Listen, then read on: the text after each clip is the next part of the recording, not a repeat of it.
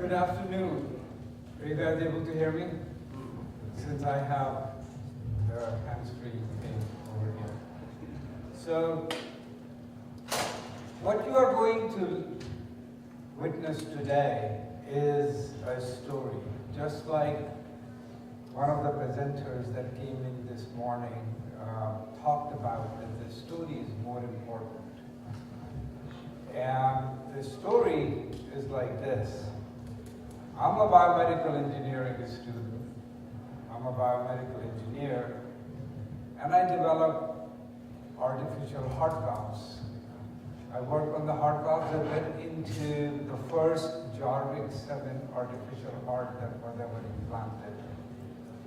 And then I work on different kinds of synthetic heart valves that are now currently used in artificial heart.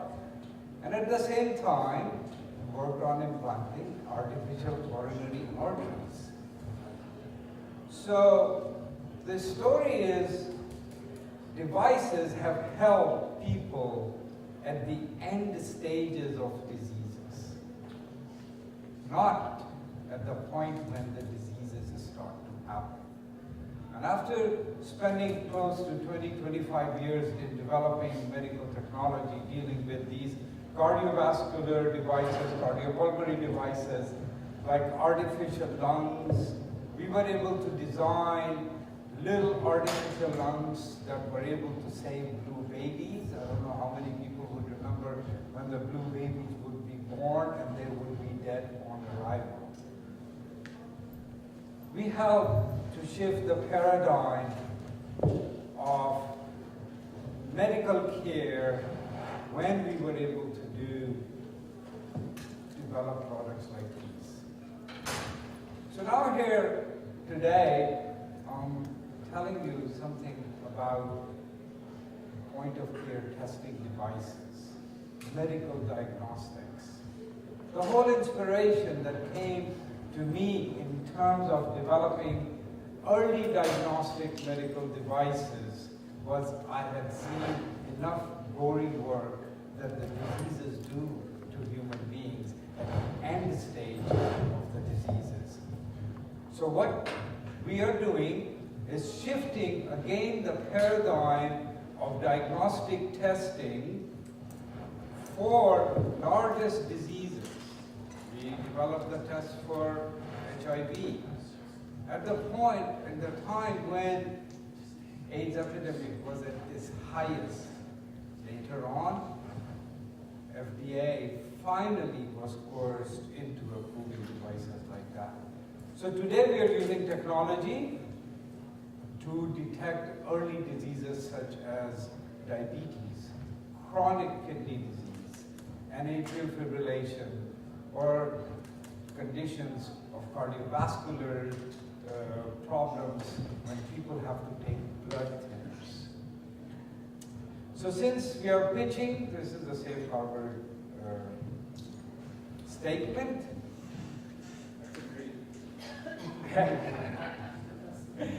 You can get it in the email.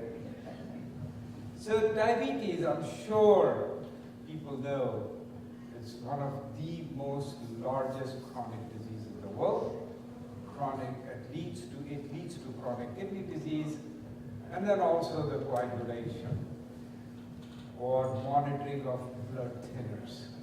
So what we have done, taken the technology out of the laboratory and developed a test for early detection of diabetes, getting rid of blood glucose testing for type 2 diabetics. There are over 600 million diabetics today. Only 5% of those are type 1 diabetics where they need continuous blood glucose monitoring. A recent article in JAMA just came out about a week and a half ago, talks about that type 2 diabetes testing using blood glucose does not do any good.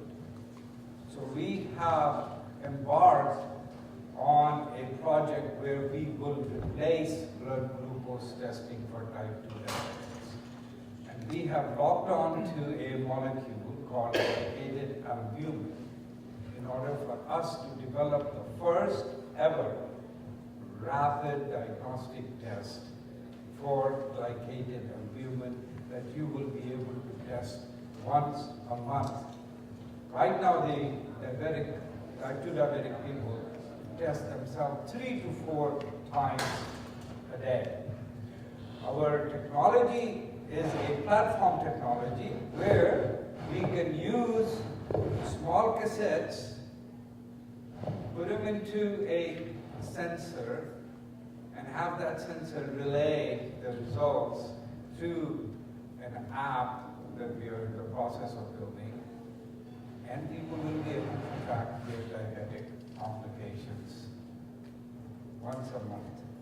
It's based on synthetic antibodies or aptamers, and then we also have a totally non-electronic microfluidic device that measures how thin your blood is. So, these are the products. The first one, we call it glycated albumin rapid test, or G1A. G stands for glycated, 1 is the index, A for albumin, and this is the only world's first ever lateral flow test to monitor diabetes on a monthly basis. If you were to go Google and type monthly diabetes test, I would like to find out what you see.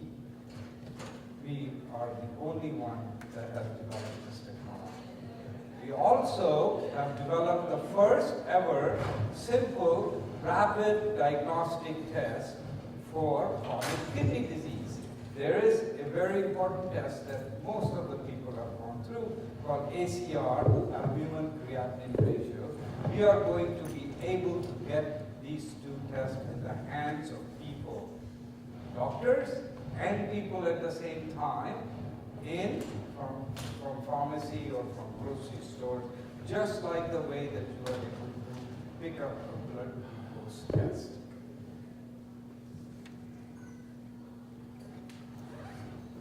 The first product ready to go in clinical trials is INR, which is how thin your blood is.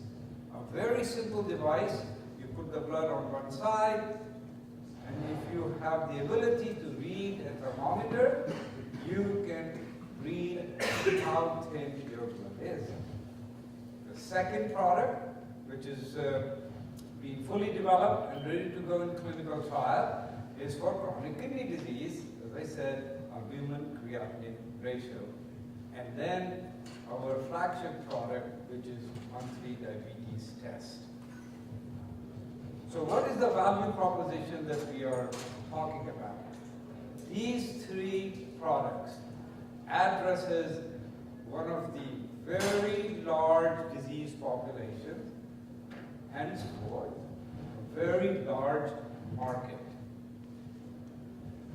We have gotten this technology patented. We are close to 30 patents now just granted, and quite a few of them in works.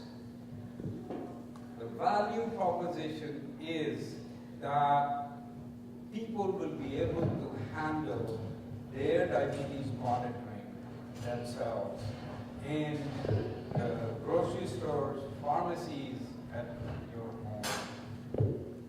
Not only that, they will be able to see if they have chronic kidney disease, or at least be able to screen themselves for chronic kidney disease, or they will be able to find out if their blood is thin according to their condition, whether it is atrial fibrillation or cardiovascular complications. The opportunity for Epinex from an investor perspective is that we have patented technology, we have all the research and development completed, so the heavy lifting is already done. We have created a market that has not been really addressed. So we are meeting certain level of unmet market needs. And just to show you that the extent of diabetes problem in the United States, over 80 million pre-diabetics in the United States. So this particular product for the diabetes product that we are focusing on will do three things. It will screen a very large population. It will also help to monitor on a monthly basis. And then on top of that, it will also track what is really happening to your diabetes. As I said, over 500 million people are suffering from diabetes today. And current methods are not working.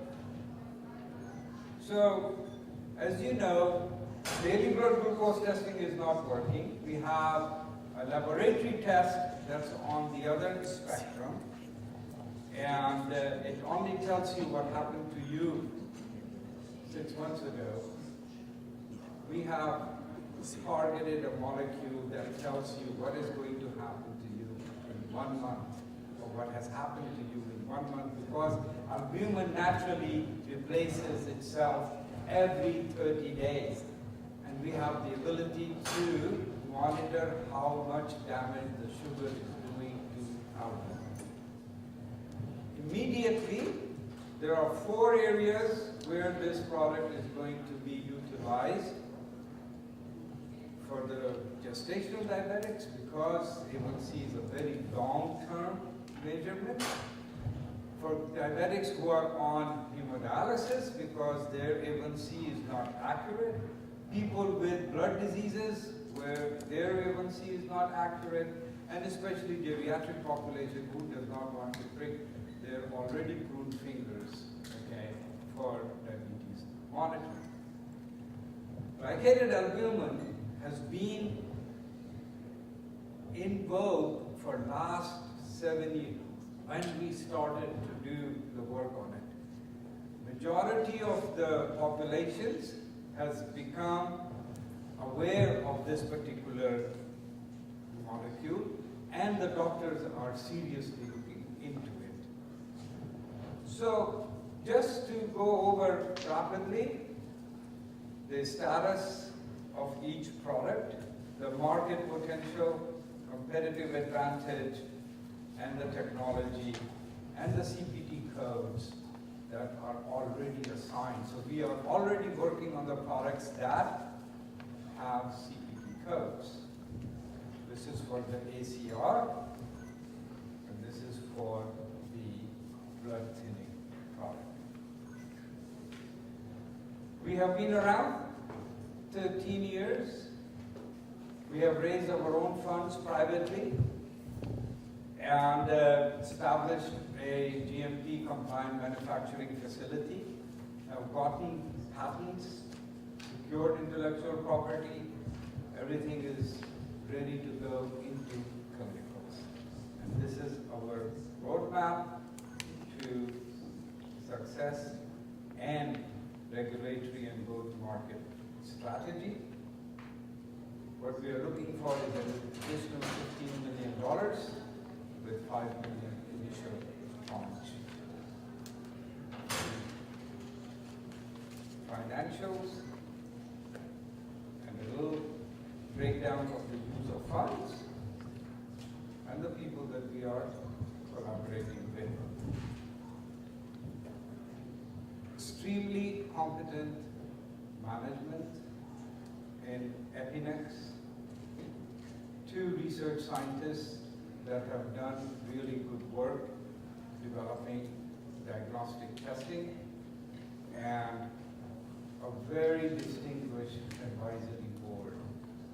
Dr. David Horwitz, who used to be the Vice President of Johnson & Johnson, is on our advisory board, and Dr. Tessa Lebinger, who used to be US FDA's diabetes medical officer. I thank you very much for taking time to listen to our